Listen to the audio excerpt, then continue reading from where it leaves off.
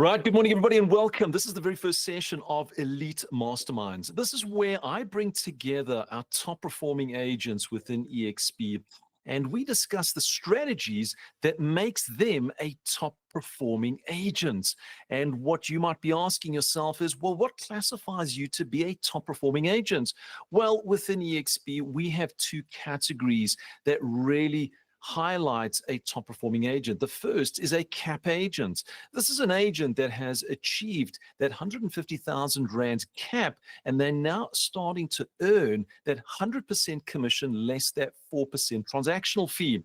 So that's the level one, what we refer to as a cap agent. The next level is our icon agents. These are agents that have really excelled to the highest level. And in essence, they have earned back that 150,000 Rand cap. They've earned that back in incentive shares, which in essence, if you really start looking at their business, takes it to a whole new level. Now, joining me today, I've got Ida and I've got Delisha, two of our cap agents that are going to be going through a topic that I thought would be absolutely relevant to start, which is the best lead generation techniques and skills and strategies that they are using going into 2025. So I want to start with Delisha. Delisha, how are you doing? You can unmute yourself. How are you doing today? And just give me a little bit of a background. When did you start in real estate? When did you come into EXP? And some highlights just to introduce yourself.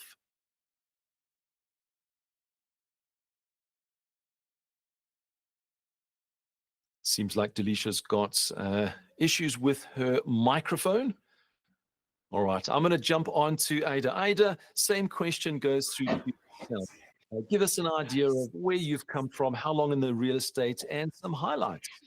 Yeah, sure. Thank you so much, Stuart, for the opportunity, and good morning and welcome to everybody on the call. It's so exciting to have you here with our mastermind.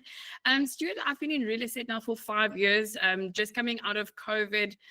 My mentor that brought me into the industry, I was actually doing marketing for, so a very relevant topic for me today. This is actually how I got into real estate, and she asked me, have I ever thought about coming into the industry? I said, absolutely not, but I'm willing to give it a go. And 5 years going into not looking back, it's probably one of the most rewarding careers that somebody can have out there. Some of my highlights include starting my own team, the Cape Town Real Estate Group, powered by EXP, running here in Cape Town and surrounds. We are 7 members strong right now, and they are absolutely flying and just embracing the training and mentorship. Definitely another highlight in my career, I've been with Build Africa Conference now as a speaker, sharing my own personal story and success stories and what has helped us along the way. I've been on some tech panels with mega agent leadership camps. So yeah, tech is my thing, and combining my love and passion for real estate and technology, it's an absolute win-win combination. Absolutely. And you know, one thing that you spoke about is having this win-win type of mentality. This is what we have. Correct. And that is so crucial for us as we're starting to go forward in our business. And I always like to extend that, because we always talk about a win-win situation being win-win between buyers and sellers, but it's actually a three-way. It's win-win between, and an additional win, buyers, sellers, as well as the agents. But you don't get to that by literally just going out into the market and waiting for your clients to make contact with you. So, Ada, what are the key strategies, the lead generating strategies? But for me, I like to turn the word around. What strategies are you using to generate leads for your business? Yeah. So, Stuart, I fully believe, and I'm a big fan of having a process, having a standard operating procedure, knowing what you have to do. So, you know, when we speak about atomic habits, one of the best quotes out of the book for me is, you don't rise to the level of your goals, but rather you fall to the level of your system. So first of all, before heading into the lead generation, I do believe that you need not only a strategy, but the most important thing about that strategy is making sure that you have actually put it in your diary, because a strategy without actually blocking time out for it is worth the paper it's written on. So making sure you've got a strategy and having that into your diary and sticking it is probably one of the biggest struggles that us as agents have, is actually sticking to that time block. The strategies that are currently working for me and my team now personally, Stuart, is number one, knowing the market really, really well before you even start having conversations, knowing what's going on. I mean, there's micro markets, so to speak. So if I look at Cape Town, we're looking at Atlantic Seaboard, Western Seaboard, you're looking at Deep South, you're looking at Northern Suburbs. So knowing the intricacies of what type of stock is moving in each of those farming areas is crucially important when you have that conversation. So don't practice on your clients, practice with your colleagues and do your script practice and know your numbers. So when you have those conversations, you are in a position where you can actually assist your clients by giving them the correct and accurate information. So number one, knowing your market very well. Number two, it's a combination of a couple of things, but in essence, to sum it up, what we are doing that is working very, very, very well for us at the moment is WhatsApp lead generation by means of PropCon. So we draw the 60 credits from virtual agent that EXP gives us, and we send those messages out every day. We have NLP or neuro-linguistic programming scripts that we send out, and we've got 5 typical responses that we have. So that would be the first step in this lead generation. But secondly, and most importantly, is doing the follow-up and actually keeping record of those conversations. So tracking your conversion rates to know, and you'll see very much from market to market, it will differ. I would send out 100 messages in Woodstock and 90 would reply. I would do the same in Sea Point and 20 will reply. So that's how vastly different the markets are, obviously. But knowing what that conversion rate is and making sure that you've diarized that contact to do a follow-up with them, because 70% of the money that's going to be in your bank account is going to lie in that follow-up. And that's most often when we then get the listing. And with the amazing tools and tech that EXP gives us on Canva with a seller's presentation, it's almost a done deal when they invite you for an appointment. You know, I absolutely love it when you talk about strategies and systems and having a process in place. You're talking my language. I'm one of those people that without any form of strategy and system in place, in essence, you wake up every morning going, what am I going to do today? So 100%. having that strategy in place, but you actually added another element to it, which is time block. And I want to just ask you a question on the time block, because so too often agents say to me, hey, Stuart, I just don't have the time to do this. But, you know, lead generation is in fact your business. It's what you should be doing every single day. Give us an idea of when do you time block to do these activities and how long do you time block for? 100%. So I'll take you through a typical day, and it is to such an extent that my hubby even knows if we're going to have date night, it's going to go in the Google Calendar if it's going to happen. And that's how strict I am with that, Stuart. And my team knows that as well. Don't ask me to come on an appointment last minute.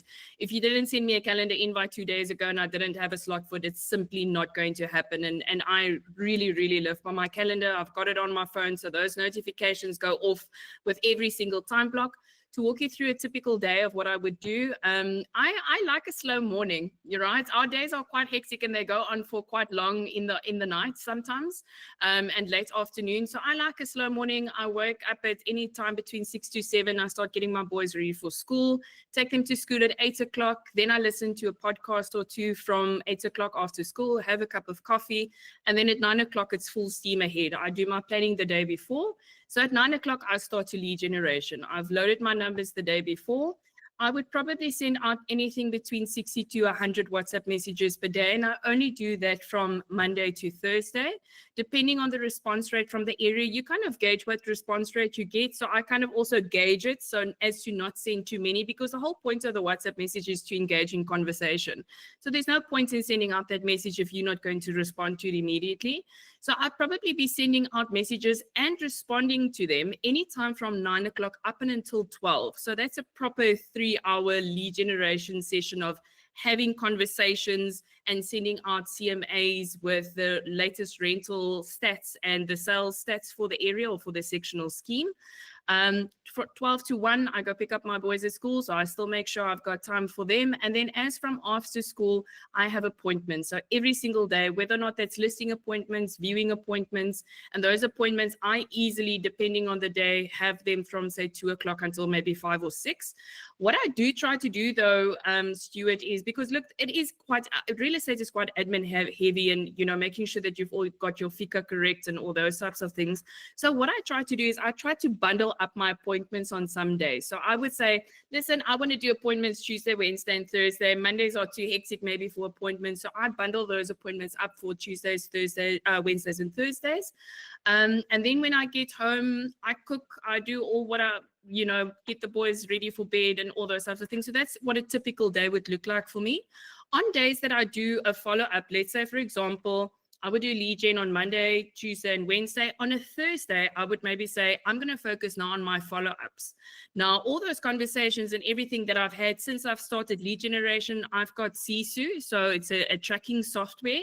And what it enables you to do is not only to set a goal, but to actually then track those conversion rates as to how close I am to my goal. Am I behind? Am I ahead? So I can gauge if I'm going to reach my goal or not. So having a tracking tool is vital in, furthering the day's activities that stems from your time block then.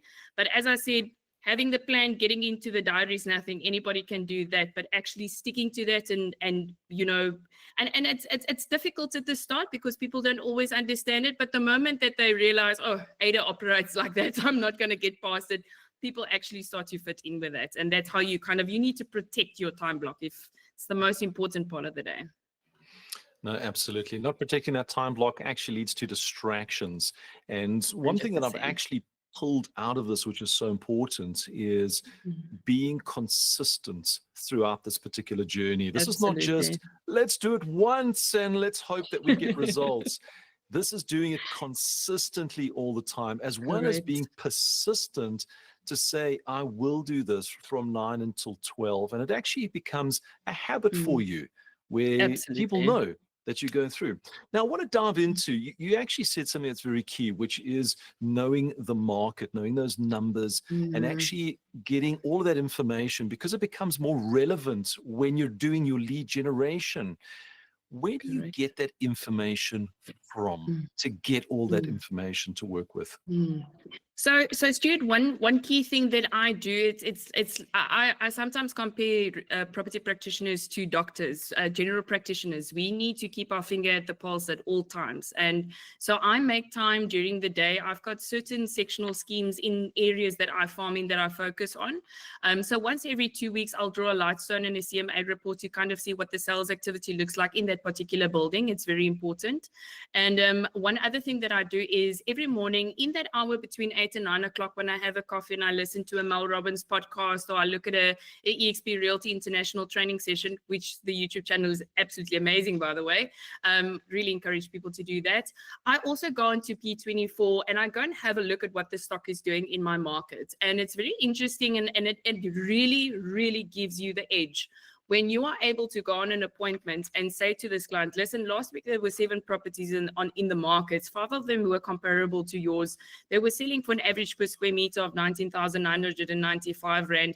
Yours, we can't compare because it still has to be renovated. So taking that into consideration, if we were going to go to the market, you're going to have 5 properties that's going to compete with you. So your pricing is going to have to be between X and X. I mean, nobody can argue with that logic. That's why I'm saying, if you know that market and you do the lead gen, getting the appointment is then almost a done deal if you know what you are talking about. So I want to really encourage Stuart, anybody coming into real estate that really is a rookie, they've never done this before. Don't stand back because you think you don't have experience. If you know what you're talking about, and it's not just an estimated guess, but it's rather an educated opinion, you will get that mandate. Don't stand back for it. Just know what you're talking about. Absolutely. So some key points actually coming here. Make sure that you've got a strategy, make sure that you time block, but more importantly, make sure that you've got some knowledge of what you're actually talking about, helping you to go through this process. Now, I know that there's going to be questions coming from our agents, which is, all right, so you're sending out, and you made mention that you're sending between 60 and 100 WhatsApp messages per day. And Mm, you're doing that for, let's call it 3 days a week, Monday, Tuesday, yeah. Wednesday. So we're Mm, looking at 180 to 300 contact details. Now, you mentioned that you're using a tool, the virtual agents, and I know within EXP, we mm, give you 60 free credits per day, mm, allowing you to get those particular numbers. But when we start pulling in things like the POPIA Act, how are mm, you making sure that you're remaining compliant with your lead generation mm, strategies so that you don't fall outside of that area? What is your strategy right up front when you're sending out that mm. very first WhatsApp message? Mm. So I want to give this in layman's terms. I come from the legal fraternity, so we kind of normally read it as the Act states it, but I'm going to put it in really plain language for everybody to understand, because I think sometimes, we as agents feel intimidated by the legalese or the legal language that these acts use, and then we kind of don't know what to do or what to say at the end of the day. But in essence, Section 69 of the POPI Act has a couple of requirements that us as agents need to adhere to when it comes to the POPI Act. Number one is that we are only allowed to contact somebody once. And if they then withdraw their permission to contact again, we need to take them off our database, and we are no longer allowed to contact them. So that's the first thing. And that's what my script also, I've got a script that I send to clients when they say to me, I often get a thing, where did you get my number? Who said you may contact me? Poppy says you're not allowed to contact me. But as I said, that's not just the common idea of what people have of Poppy, and they don't actually read what it says. So number one, you're only allowed to contact them once. If they say don't contact me again, take them off your database. Number two, what the Act prescribes us as agents and anybody else to comply with the POPI Act, actually, it says it must be an easy and simple way for them to unsubscribe from a database. Now, and this is why I like a PropCon so much, Stuart, is because it actually has an unsubscribe link that I put at the bottom of all my WhatsApp messages. So what they can do is if they see my message and they no longer want to hear from me, they simply click on the link, they toggle it off to say unsubscribe from all further communication, and they will never receive communication from me again. Number three is if they tell me, listen, I don't want to hear from you again, the Act prescribes us as agents to keep record of the communication sent to them, and where we've said to them, I will take you off my database, no problem, it's 100% with me. So keeping record of the communication, which PropCon also does, is vital to the fact that we need to stay compliant with POPI. And then number four, Stuart, is the fact that it must be free for them to unsubscribe. So it shouldn't cost them any money to unsubscribe from our database. So I think if, in general, if agents just remember those 4 or 5 things that we need to comply with, they'll stick to the right side of the law. And as I said, the tools that EXP gives us actually makes it really easy to stay compliant in terms of the POPI Act. Absolutely. So key strategy for yourself is using WhatsApp to make those particular communications, and Correct. also looking at the areas. You can see certain areas you get high levels of response, certain areas there's lower levels of response. You also mentioned that you're going into a tracking tool. Now, I know you're using a tool that currently is exclusive to the US. Obviously, if you're part of a certain program, they give you access into that particular Correct. tool. Now, I know a lot of agents wouldn't have that particular SISU tool available to them at the moment. How would they be able to track the actual messages that are getting sent out to certain areas if they didn't have a tool like that? Would you have any additional solutions? Yes, sure. So I obviously love playing with the software and seeing what kind of suits for me. And Stuart, I really encourage everybody that you need to find what's working for you. It just so happens that I enrolled for the FastCap program on EXP University. And with enrolling in that program, they gave us obviously access to SISU. So if you want SISU, just the program is amazing. So go and do it. It's worth the time that you put in. But over and above that, Stuart, you can keep it as simple as a Google Sheet or an Excel sheet, as long as you have a method that you will stick to, because that's where the key comes in. If it's something, and James Clear speaks about it in Atomic Habits as well. He says the moment that it is difficult for us to create a habit, we need to go and look at the obstacles that is, prohibiting us from creating that habit, and we need to kind of, get rid of those. It's like, if you want to stop drinking beer, don't put it in the top of the fridge, put it at the bottom, because you're not going to bend down to reach to it at the back, right? So that's the example that he uses. So you need to find something that you are are going to follow up with. So whether or not you're old school, having a diary and jotting everything down and following up with that list once a month, that's up to you. If you decide to use an Excel or a Google spreadsheet, that's up to you. I know PropCon has now that ability as well, very much like Trello, where they've got cards where you can move around. You can make one card your primary contact card and say, these are the people that I've contacted with. And as they progress in the phases of the transaction, you kind of move them onto the next slot. That's a very nice way to start doing it. Trello is an example of that. You could use a Slack channel to do that. So there's many ways to skin a cat, but I think what's important is to find something that you know you will stick with. Absolutely. As a coach, one of the big things that I work with clients is know your numbers. And the only way that you can know them is to actually track them. Why would you want to track them? Well, it's going to give you conversion ratios. Why do something that's not giving you leads? You want to be doing things that gives you the highest return on your leads. Now, 100%. you actually dropped in another lead generating technique that most people, they actually didn't know that this was a lead generating technique. And I've been a very, very strong advocate for this for many, many years, even outside of real estate. And it's probably the strongest lead generation technique that anybody can ever use. And it's called follow-up. Now, follow-up is something that agents, I know for me personally, 60% of my business came through from follow-up. You mentioned 70%. It's a high percentage of your business comes in from follow-up. Give us an example. Clients has actually said to you, Ada, we're not looking at selling our property now, but maybe in about 2 months' time. What would a follow-up look like for you for that particular client?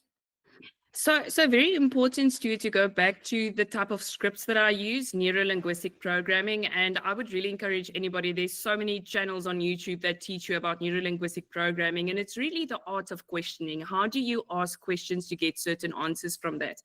First of all, it's going to be important to know when you need to follow up with them, and that's where the tracker comes in. So making sure, just coming from the legal fraternity, I was a debt collector. So it was very important for me to diarize these files to make sure that I follow up with them by the next payment date. And I kind of think that's where the habit came from. So coming into real estate, it was quite easy to do that.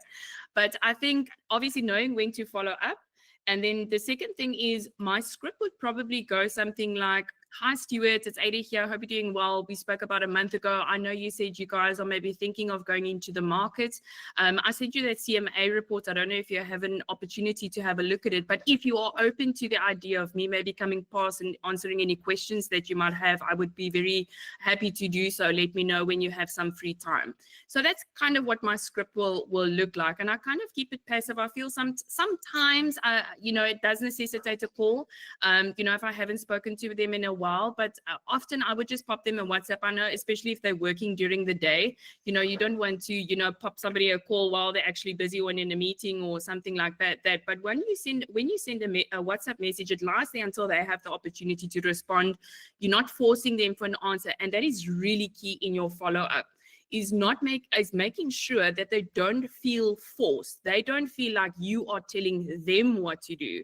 You are opening their mind to, and this is where the NLP comes in. Are you open to the idea of me coming past and answering any questions you might have?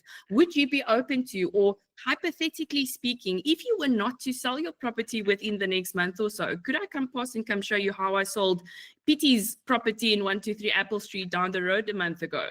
So giving them the idea, but it's almost like you make them feel like it's their idea. You're not pushing them into a corner, because that's when that resistance comes up and they're like, no, I'll call you when I'm ready. That's often the answer that a pushy agent gets. So don't be pushy. Open the door up and create the hypothetical situation. And believe you me, if you gave them the right information, they will come to you when they are ready. But it's important to do that follow-up, because they also forget. Absolutely. Follow-up is definitely the key to everyone's business, and it's something that should be part of your time blocking. Eddie, you mentioned that you're doing it on a Thursday. For me, I always used to do it on a Monday. So make sure that you do have that day every single week time blocked to actually do the follow-up. And one thing that I always say to agents that I coach is, well, when you're actually doing a follow-up, you're never going to get this, how did you get my number? because you're following up. It's a very, very easy conversation, and that is going to allow you to start going forward. So, Ed, I want to thank you for your time for coming on. I'm going to open up for some questions. I know that we've got a few that have come into the actual chat box, and I want to thank all of you for actually popping these particular questions that have coming through. I'm going to go through them, and then I want to open up the microphone. So first one from Abby, the app, it's actually called Sisu. So it is something that's available to the US agents, or if you jump into the Fast Cap program, which is currently only available in the US, we are waiting for the re-release, and hopefully in the future it will come out. What's the name of the YouTube channel? That will be coming out soon as far as the EXP, but there are so many YouTube channels. Ada, is there any specific YouTube channel that you actually subscribe to that you could recommend? So there's three actually that I would highly recommend, Stuart. Firstly, it's the EXP International channel. So they've got different playlists with sellers presentations, buyers presentations, negotiations, etc. So definitely EXP International's ones. I often like to listen to that. I've mentioned Mel Robbins just for some motivational. I think sometimes, you know, it's not the leads or the market that gets in our way, but it's, you know, us that get in our own way. So, you know, if you can overcome your mindset, then really the world's your oyster. A third one is definitely Tom Ferry and his marketing partner, Jason Pantana.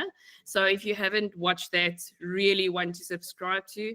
And then last but not the least, and probably one that I would say has had the biggest influence on my real estate career personally is Brandon Mulreenan from reverseselling.com, and he specializes in neuro-linguistic programming. So all his scripts, he has his own coach, he's live cold calling on his YouTube channel as well, which is absolutely amazing. I mean, those guys are fresh out of high school. They're 18, 19 years old. So if they can do it by just following his advice, really anybody can do it. Absolutely. So there we go. 4 different YouTube channels that you can actually jump into and going from there. Andrew mentioned, what script do you use when you first make that particular call? And that's so you can get your foot in the door. Give us a little bit of a high level overview, not giving all of your little trade secrets. I don't believe in gatekeeping, Stuart. So I'm literally going to give you guys the script that I say. It would go something like this, and this is what that will go out on my PropCon with my first point of contact. It would say, "Hi, Stuart. It's Eddie here from the Cape Real Estate Group. Quick question. Are you still the owner of number 123 Apple Street in Parklands? The reason why I'm asking, if the time was right and if it made sense for you to sell right now, would you consider listing with me for rent or for sale within the next 4 months? If so, I can provide you with a CMA report giving you the latest numbers so you can make an informed decision. Hope to hear from you soon." And that is it. There we go. That is a simple, very, very simple script. So there we go. That gives you that nice little high-level overview. All right. Bukhari, struggling to log into Sisu? No, you won't be able to log into Sisu. As I mentioned, you have to actually go through the Fast Cap program, and they give you access. This is not an access that's part of the actual cloud fees. Martha, can we also do a follow-up on clients who don't respond to WhatsApp messages? That's actually a great question. You send out 100 WhatsApp messages, but you may get 70 that just don't respond to you. Can you do a follow-up to them? So 100%. So what I like to do with a follow-up script, and I don't always get time for it, it's just because the response rate is so enormous that you normally get with a WhatsApp. So it's sometimes almost not necessary. And it's very interesting to see, Stuart, that sometimes people read the message, they don't respond. And I just recently, when was it, last week, we were actually at the conference last week, Wednesday, received a message from someone asking me to list their property that I sent a message to in August of 2023. So for 2 years that I haven't had a response from them, and they kept my message and asked me to list their property. So definitely the way to go. A follow-up message could be as simple as a voice note. I like to do a voice note for the second one, because then I kind of personalize it a little bit. And if we look at marketing trends for 2025, personalizing your marketing efforts to your client is definitely going to be key. So I like to send a voice note for my second follow-up. "Hi, Stuart, it's Eddie here. Hope you're doing well. I sent you a message last week. You might have gotten busy in the meanwhile. Just wanted to follow up with you if I could be of any assistance to you. You know, just let me know when you have some free time and we can just hop on a call to have a quick conversation." As simple as that, you know, and they feel like you've literally just spoken to them because they hear your voice, they hear you mentioning their name. So then they would often come back to me and say, oh, Ada, I'm so sorry. It was such a hectic week. It was month end. I'm so sorry for only coming back to you now. Yes, absolutely. When can we chat? And that's normally how the conversation goes. Absolutely, absolutely. I used to do the exact same thing. I love that first touch as a text message, second touch as the actual personalized voice message, something that is extremely powerful. Right, I've got a couple more questions which we'll bring in after. I want to open up the microphone. So if you do have a question for Ada at any particular stage, please, you'll see at the bottom of your screen, there's a little hardcore high five. Press that little button that puts you into basically a queuing system so that we can get you through it. So if you do have a question, you're more than welcome to do that and we go through. So there was a question, I see it has been answered in the chat box. It was Brandon who, and I can see Brandon Miladian has actually been answered in the chat box. Right, it doesn't seem we've got anybody that's answered any questions. It seems like we've asked all of that. There we go. There's one that's just popped through in the chat box from Johan. Do you use the latest number from VA? For your WhatsApp messages, sometimes quite a few numbers, both husband and wife. So who do you take preference to? Because we do have two numbers and there could be two owners. Do you have a preference? Who do you send them through to? Actually not, Stuart. It's sometimes I would see the woman in the men's life normally often respond quicker to the messages, but I send messages to both spouses. I do take the most recent one on VA, so I do note from VA's history that they update it every year. So you'll see the numbers that are currently on virtual agents are from January 2025. So I do also go through my database, you know, when I go through a particular sectional and obviously change the ones of the units that I've sold, check that the numbers that I have are still relevant and accurate and so on. But I send to both. And sometimes one would say to me, oh, you just contacted my wife and you guys have already spoken, you know, good to go. But yeah, I send to both of them. I don't have preference. I message both. Fantastic. What I love about that is it doesn't matter who the person is. A client is a client. Even if they're married, there are still clients, because one thing that you must remember is each one of those clients has a sphere of influence around them. They've got friends, family, clients, past clients, friends, etc. So by getting hold of both husband and wife, basically it just doubles the size of your database.